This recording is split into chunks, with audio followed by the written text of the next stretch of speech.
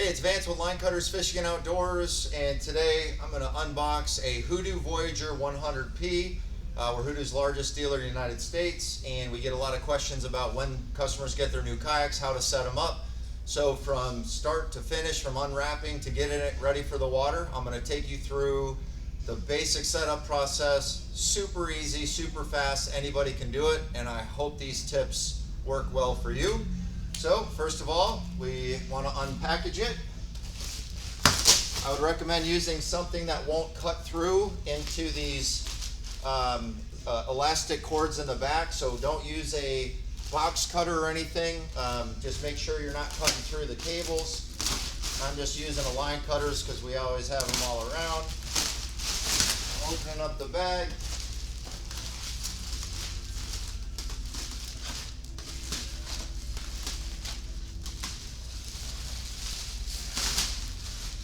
Cutting these pieces of tape on the outside. Bam.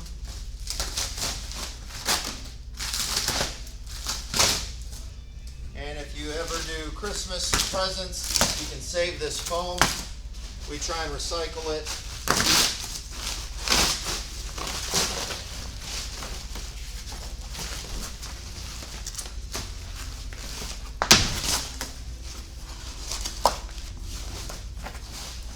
Look at that. All right. I'm just going to lift it out of the foam so I can get it out of the way.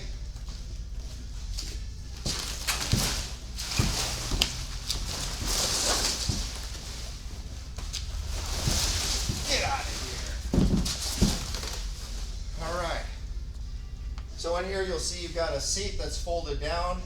It's already just laying in the tracks. So I'm just going to lift that up, pull the plastic off. That's gone. They're already pre-screwed in. So what you want to do is just pull straight on the strap on both sides. And the seat's pretty much ready to go. If you have trouble lifting the back of the seat up, be careful because sometimes that strap is underneath the foot here. So just make sure it's clear of the foot. Tighten up by pulling. Make sure the straps are both pulled always at the same distance, and that'll give you easy support on both sides. Here's a little setup manual here. I'm going to put that in the front bin. You've got a two-piece paddle. These are aluminum paddles, so you can use them in saltwater or fresh. You'll see you've got 3 different holes. I'm going to start off in the middle, right like that, pops in. If you have a natural wrist roll, you can actually rotate to 2 different settings, 3 settings total, and your paddle goes right here on the paddle keeper. Use the bottom bungee. Put the center seam of the paddle equal with this little mushroom cap here. Lift that up, boom. Paddle's ready to go. I'm going to tighten the seat down. Seat's ready to go. You can adjust that forward and back once you get on the water, which is really important. Another thing that's super important are these 2 straps. There's 2 hooks with 2 bungees. You're going to hook these bungees to 2 D-rings, and that's super important to always keep tension on the back of your seat. I personally flipped a kayak over in the Florida Keys because I didn't have tension on the rear of my seat. When I leaned over, the seat fell forward, so that's super important. Make sure you do that.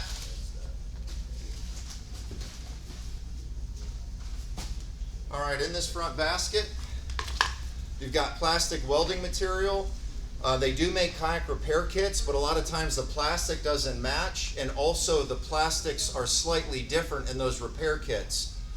This is one of the cutouts from one of the hatches. So what's so great about this, A, is it matches the hull, and B, this type of plastic is the exact same type of plastic. So the molecular structure, if you need to plastic weld, which you can check out videos on YouTube, this is awesome material, so do not throw that away. Some people think this is just trash. Hold on to that. You've got your manufacturer statement of origin. That's super important. There is a trolling motor that just drops in this kayak, so you can convert it from a pedal drive to a powered kayak. In some states, when you add a motor, I think it's most states now, you have to register your kayak. So do not throw this piece of paper away. That's your MSO, or your manufacturer statement of origin. On the other side, this is your warranty registration card. Very, very important. You have to register your warranty within 30 days. If you don't, it could void your warranty, most likely will. So always make sure you register your warranty. So that's those two. One of the only things that you're gonna have to kind of mess with is the rudder. The rudder doesn't come pre-installed on the kayak. I'm gonna take you through that, and then I'll take you through setting up the pedal drive. So here's your rear rudder, which is mounted underneath. You've got an Allen wrench set with 3 different Allen wrenches, kind of like a small, medium, and large. I'm not sure what the actual technical size is, but I'll take you through that.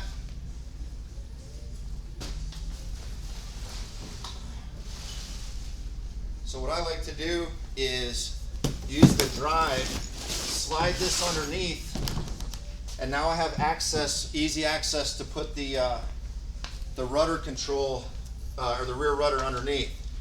So here you've got an Allen screw with a little plastic washer.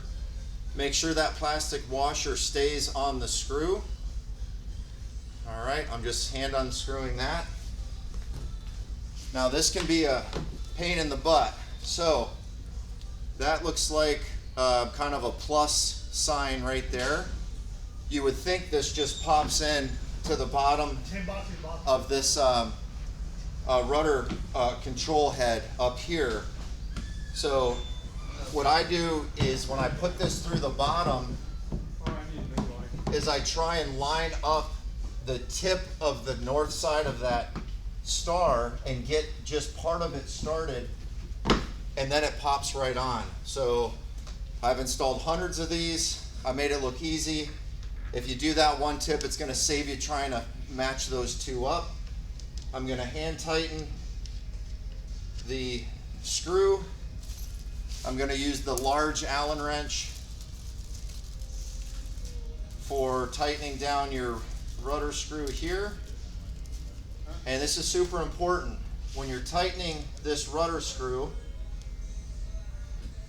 you want to put just the right amount of tension on it. If I do it too loose, it's going to allow my hand rudder control, it's going to be too loose. So if I'm pedaling, my rudder is just going to be kind of free moving. So I want to put enough tension on this rudder bolt to where I can easily turn, but it's not too easy. So I want to have some resistance, so when I turn in the water, it's going to hold that turn. All right, so now I feel like I'm feeling some resistance. It's not really hard to turn, but it's also just not flopping back and forth. So rudder now is installed. One thing that's very important is in the top of this rudder plate are 2 set screws. Let me take you through it here. All right, so here is that main screw that holds the rudder down. That's how you tighten it right there. So that's the large Allen wrench right there. Got it right there. And then down in these holes, there's set screws. When you get this kayak new, some of these screws are not tight. And there's a set screw in there that pinches on that stainless steel rudder cable. So what I like to do is just tighten it. I'm just tightening that down as much as I can, and that's going to pinch that stainless steel rudder cable nice and tight so it doesn't slip. If you don't do that and you go to turn, sometimes those cables will actually slip and pull out a little bit. So always make sure that you tighten those inner set screws. So we got that done now. All right. Now I'm going to put those 3 Allen wrenches back in the bag. I'm not using the smallest one. I use the large and the medium. So I'm putting all this stuff back in the bag. for our customers. That's ready to go. And I'm going to drop it right in the front hatch. These are actually 3 spacers. And in a minute I'm going to show you what these are for. You're only going to use 2 of them. I don't like using them at all, but I'll show you what they're for. So I'm just going to put these for now in the bag. And now let me set up pedal drive. Oh, it's winter, he's making a video of it. Here we go. So this is a $600 pedal drive. So it's a shaft drive. There are no belts, no chains, super durable.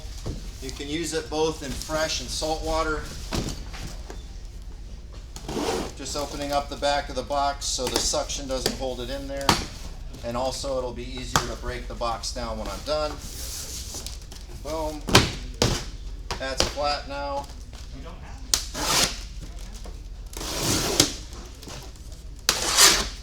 All right.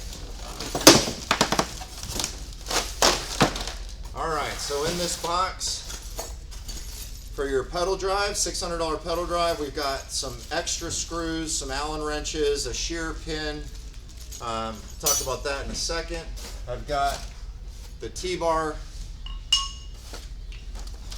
Super important, each pedal says right or left. You do not want to put the left on the right and the right on the left side. Self-explanatory, but it's happened. So what I like to do is I always like to start, I just rest the drive on that bottom piece there, hold it between my legs here, slide the bar in, and I'm going to measure 5 3/4 inches like that. I'm going to use the longest Allen wrench in that little kit, and that's going to tighten these bolts, which are going to pinch that bar. And don't be afraid to put some heat on it. I like to hand tighten everything. I like to use the tools that were provided by Hoodoo rather than a drill, because I can control the tension. And if you're using their parts to fasten and attach their equipment together, then you're following all the protocol for it. So now I have that T-bar, so it's holding this up for me. Now this side, the left side, is not lefty loosey righty tighty. It's righty loosey lefty tighty, because as you're pushing forward on that pedal, you want it to tighten the bolt. There are some drives out there that are made where it is lefty loosey on the left side, and if you don't tighten these down like crazy, you end up pushing the pedal off. That has happened. With Hoodoo, they reversed the thread. So the easiest way for me to set this drive up is I'm going to reverse. I'm going to spin both of these towards me. This one's a little tight. So I'm spinning them both out at the same direction.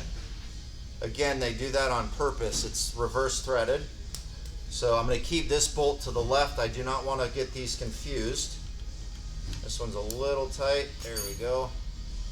So now I got this one out almost.